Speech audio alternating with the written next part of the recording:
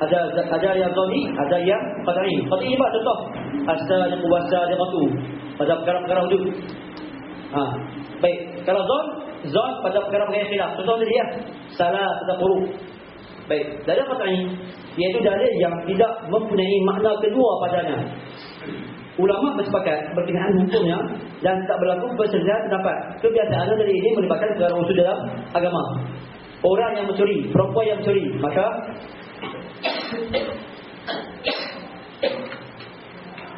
potonglah tangan kedua-duanya. Potong tangan, semua jelas kita potong tangan. Okey, kena potong telinga tak? Kena potong hidung tak? Kena potong tangan.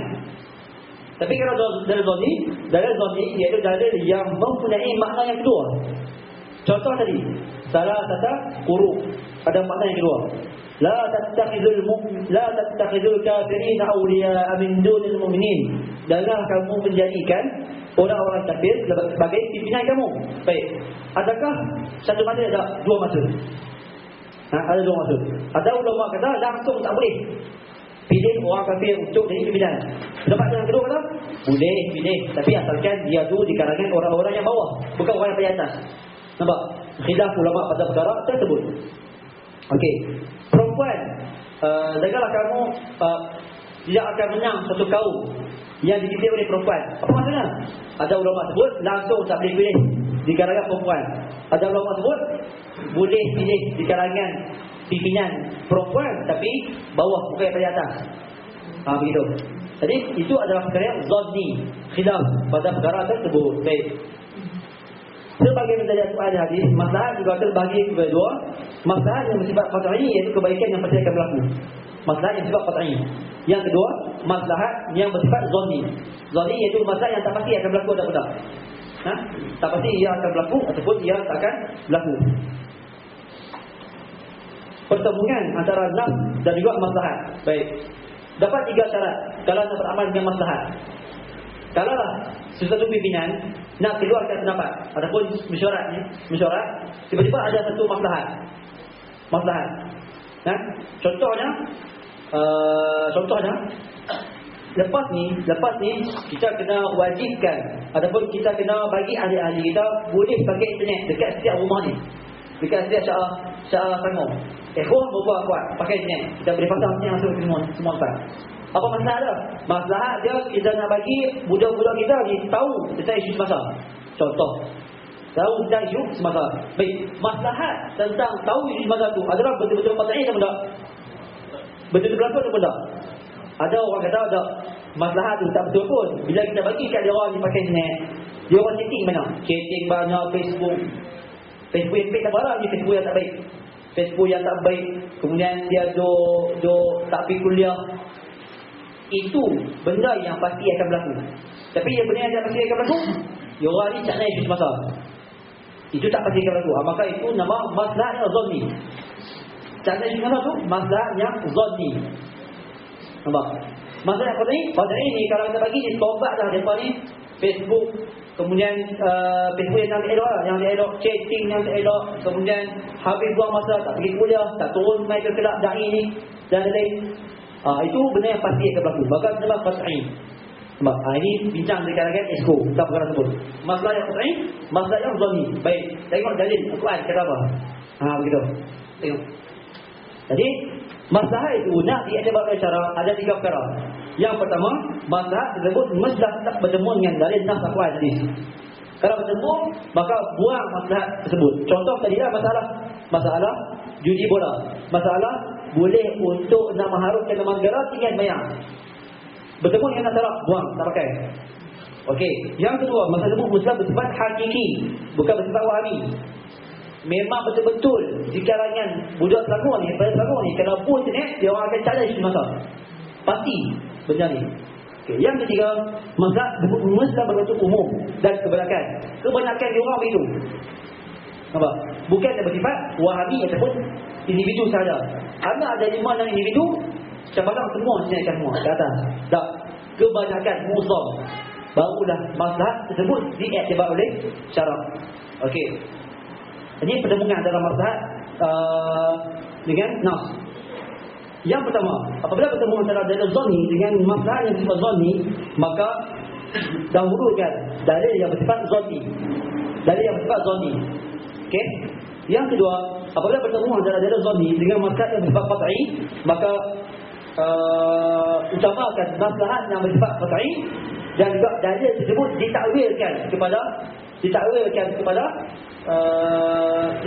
kepada maslahat yang bersifat qat'i tadi. Contoh,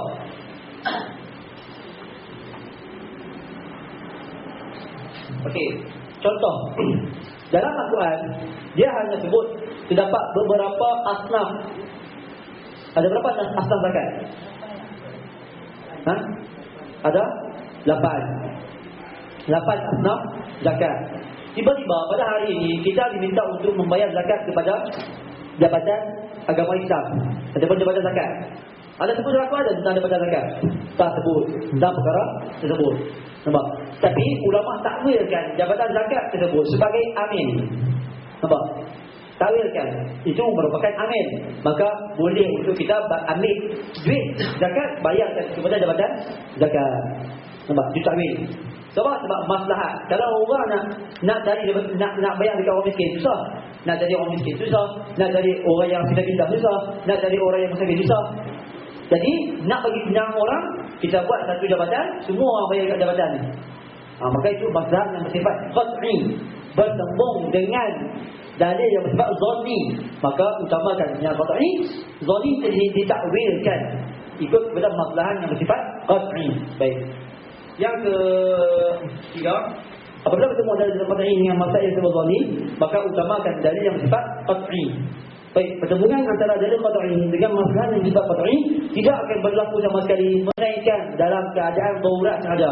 Al-Quran sebut haram kita makan khinzir. Tiba-tiba maslahat kita tak boleh makan apa dah. Duduklah hutan, tak boleh makan apa. Mereka kena makan babi khinzir sahaja. Adakah boleh makan? Boleh makan. Tapi saya ingat syarat dia tuqaddaru biqadariha.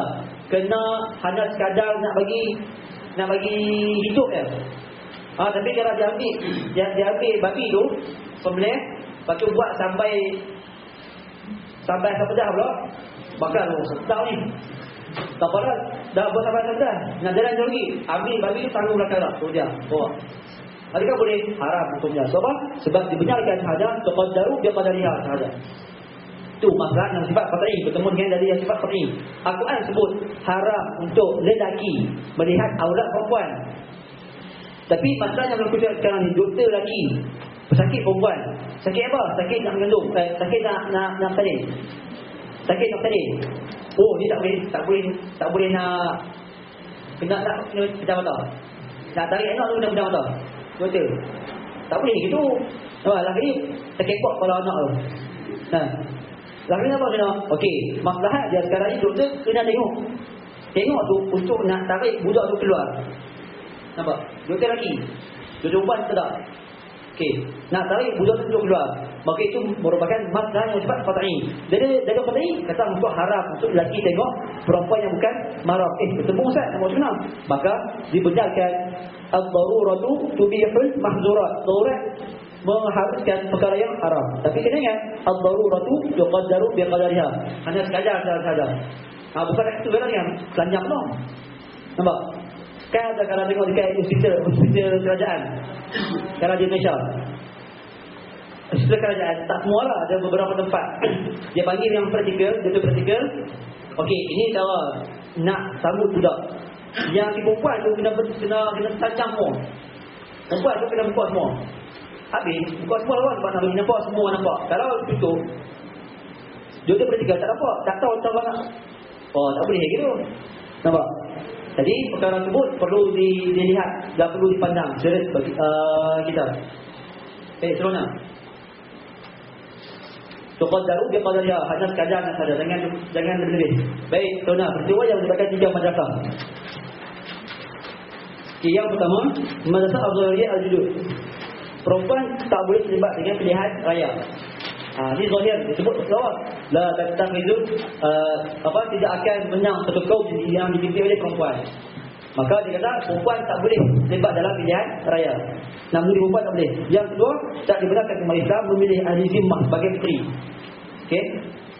Tadilah orang kafir. Yang ketiga, tak dikenakan pembayaran zakat harta bagi mereka yang mempunyai uang, bukan emas dan juga perak.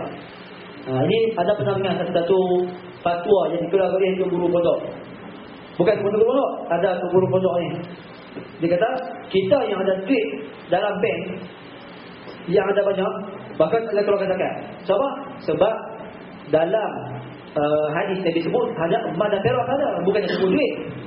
Al-Nuqud tak, bukan sebut al-umrah, mata wang, tapi dia disebut emas, al-fiddah, al-zahab wal-fiddah, emas dan perak saja. Mata wang tak kena. So, mata wang bukan riba. Maka ini adalah pendapat yang al-zahiriyah al-judud. Baik, yang kedua, tak dikenakan pembayaran zakat bagi barang-barang jualan. Sebenarnya madrasah mu'tadah judud mendahulukan maslahat berbanding kepada lima Islam. Tadilah masalah apabila dia nak mendahulukan harum nama negara daripada sembahyang lima waktu. Tidak melaksanakan hukum wujud akibat bertemu dengan maslahat. Tak boleh ni. Kalau kita buat hukum wujud ni akan menyebabkan orang kafir lagi. Akan menyebabkan, kalau kita buat hukum wujud ni, maka akan menyebabkan orang tak ada tangan. Lah ni nak makan apa? Kan ada fatwa tu ingat? Siapa ingat? Siapa yang kena fatwa tu? Takkanlah orang yang mencuri ni nak kena potong tangan. Kalau potong tangan, dia nak mencuri macam dia nak cari makanan macam ni, dia nak mencari kehidupan macam mana? Lebih elok untuk kita bagi tempat dekat dia untuk dia nak bekerja. Dia kerja kat sini curi baju lah. Nampak? Siapa yang kena fatwa tu? Kita. Kita opening. Orang yang gampang nak keluarkan fatwa tu. Baik, seterusnya. Madrasah Al-Wasatiyah. Hukum bermusafir bagi perempuan tanpa mahram. Kita pergi ke Canada. Nabi sebut apa? La yahillu limra'atin an tusafira. La yahillu limra'atin an tu'mina billahi wal yawmil akhir an tusafira illa ma'a dhu mahramin. Tidak halal bagi perempuan yang beriman dengan Allah Subhanahu wa taala dia pergi musafir melainkan kena ada mahram. Nampak? Tidak halal. Tiba-tiba kita pergi ke Canada boleh pula. Pergi ke Madura boleh pula. Maka itu merupakan perkara yang tidak dikira para fuqaha. Ada perkara-perkara yang dibenarkan oleh para fuqaha. Asalkan aman dalam tersebut boleh dibenarkan.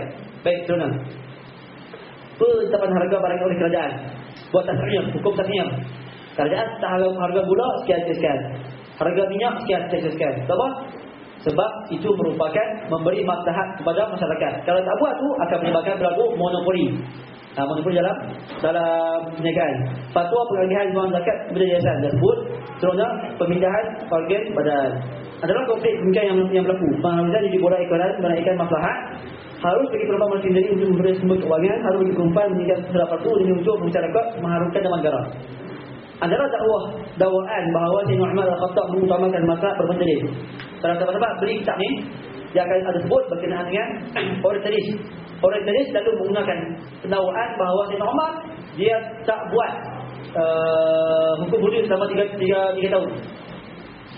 Ada banyak lah ni, ada 1, 2, 3, 4. Ada banyak dalam ni, ada 8 di sana, ada 4 di sana. Okey. Nabi Sayyidina Umar Al-Quran sebut orang yang curi potong tangan. Sayyidina Umar 3 tahun dalam sejarah dia tak potong tangan orang yang curi. Sayyidina Umar, Sayyidina Umar boleh pula. Awak zaman sekarang tak boleh. Baik, kena ingat zaman Sayyidina Umar yang berlaku sebelum akhirat. Zaman Sayyidina Umar dia tak potong tangan disebabkan tahun tu berlaku kemarau. Bila kemarau akan menyebabkan orang kebuluran. Masalah kebuluran. Jadi bila kemarau makanan tidak ada, dia curi makanan jiran dia. Seolah-olah macam perkara sebut al-daruratu tubihul mahdurah. Dia tak makan mati. Maka dia curi makan. Maka curi makan tu boleh, tapi hanya sekadar sahaja. Maka seolah-olah macam dia habis curi makan tu, itu merupakan hak dia. Maka itu berlaku syubhat. Kaedah sebut al-hudud tudra'u bi syubhat. Tudra'u hudud bi syubhat. Wujud tertolak dengan syubhat. Maka normal 3 tahun dia tak buat hukum wujud. Tak betul dengan orang. Sebab berlaku syubhat pada waktu tersebut. Baik. Ini ada antara contoh lah. Antara contoh perkara-perkara yang berlaku. Baik. Cukup sekadar tu. Dan kita buka untuk sesi soal jawab. Kalau ada sebarang soalan, bila tanya. Ni yang kita